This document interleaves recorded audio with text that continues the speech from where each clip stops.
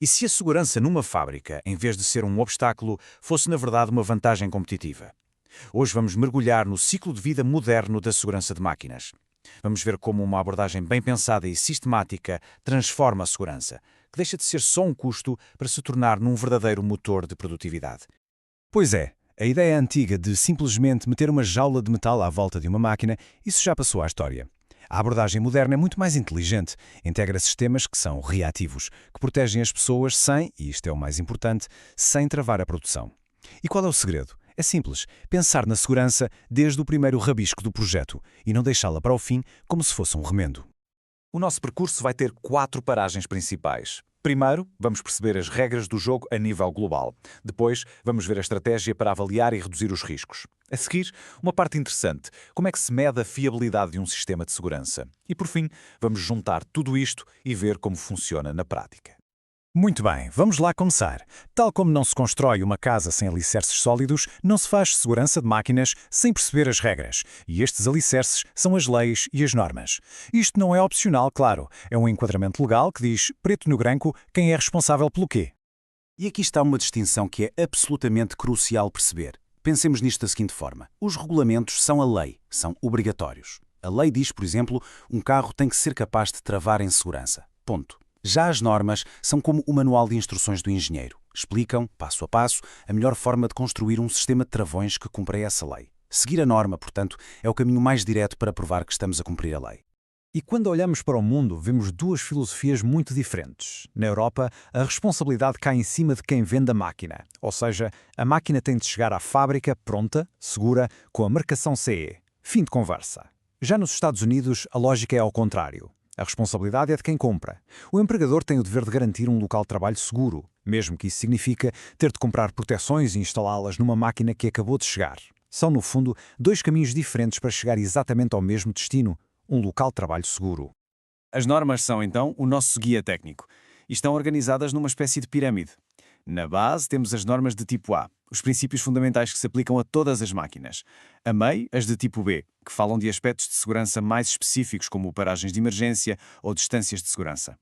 E no topo, as de tipo C, que são super detalhadas, feitas à medida para um tipo específico de máquina, como uma prensa ou um robô industrial. Ok, já percebemos as regras. Agora, vamos ver como é que se joga. Vamos entrar no processo metódico, que é o coração da segurança moderna. Como é que identificamos um perigo e, passo a passo, o pomos fora de combate? A avaliação de risco é o nosso trabalho de detetive. E atenção, isto não é um papel que se preenche uma vez e se arruma numa gaveta, nada disso. É um processo vivo, contínuo, que começa logo no primeiro dia. É quase como um mapa do tesouro, mas ao contrário. Em vez de procurar o ouro, andamos à procura dos perigos, para os podermos eliminar antes que deem problemas. E o processo segue uma lógica muito clara. Primeiro, definimos os limites da máquina. Para que serve, onde vai estar, quanto tempo vai durar. Depois, fazemos uma lista de tudo o que pode correr mal. Perigos de esmagamento, de corte, elétricos, tudo. A seguir, vem a pergunta-chave. Se algo correr mal, qual é a probabilidade de acontecer e quão graves seriam as consequências? E com essa informação, decidimos. Este risco é aceitável ou temos mesmo de fazer alguma coisa para o reduzir? E se for preciso reduzir o risco, há uma regra de ouro. Uma hierarquia que é obrigatória a seguir. É como tratar uma doença. A primeira opção, a melhor de todas, é eliminar a causa do problema. Ou seja, redesenhar a máquina para que o perigo simplesmente deixe de existir. Se isso for impossível, passamos ao passo 2, proteger, usando barreiras físicas ou sensores. Isso só, mas só em último recurso, se mais nada resultar, é que usamos avisos, sinais e formação. E atenção, não se pode saltar passos.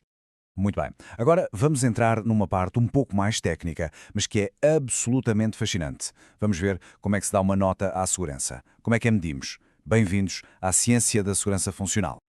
Basicamente, a segurança funcional é a parte da segurança que depende de um sistema de controle, de eletrónica, a funcionar como deve ser.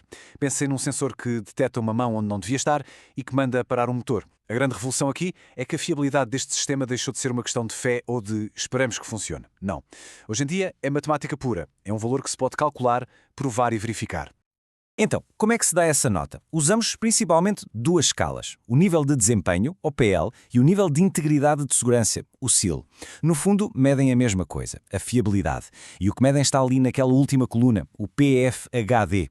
Parece um nome complicado, mas a ideia é simples. É a probabilidade de uma falha perigosa por hora. E reparem bem, À medida que subimos na escala, por exemplo, de PLC para PLD, aquele número fica drasticamente mais pequeno. Isto quer dizer que um sistema com uma nota mais alta é exponencialmente mais fiável. E para termos uma ideia do que estes números querem dizer na prática, um sistema com a classificação mais alta, um PLS ou SIL3, tem menos de uma probabilidade em 10 milhões de ter uma falha perigosa numa hora. É um número tão pequeno que é difícil de imaginar.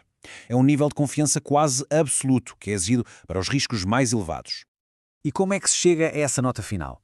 Bem, são precisos 4 ingredientes principais. Primeiro, a categoria, que é a arquitetura do sistema. Tem um plano B, é redundante.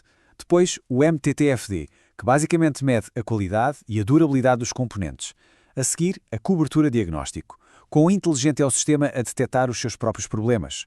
E, por fim, a falha de causa comum, que garante que uma coisa simples, como um pico de tensão, não deita abaixo o sistema principal e o de reserva ao mesmo tempo. Ok, chegamos à nossa última secção. Agora que já vimos as regras, a estratégia e a forma de medir, vamos juntar as peças todas do puzzle e ver como é que isto tudo funciona num sistema de segurança real. Qualquer função de segurança, por mais complexa que seja, pode ser dividida nestes 3 blocos. Temos a entrada, que são os sentidos do sistema, um botão de emergência, uma cortina de luz, um sensor na porta.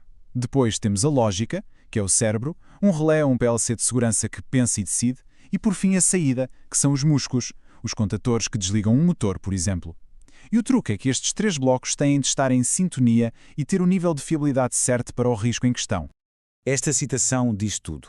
O objetivo não é construir uma fortaleza impenetrável que impede as pessoas de trabalhar. Pelo contrário, é integrar a segurança de uma forma tão fluida, tão inteligente, que a produção não só não para, como até pode melhorar. A melhor segurança é quase invisível. Está lá, a proteger a cada segundo, mas sem atrapalhar. E a evolução do cérebro do sistema mostra bem esta tendência. Começamos com relés simples, muito básicos e inflexíveis. Depois passamos para relés configuráveis, que já davam mais alguma margem de manobra.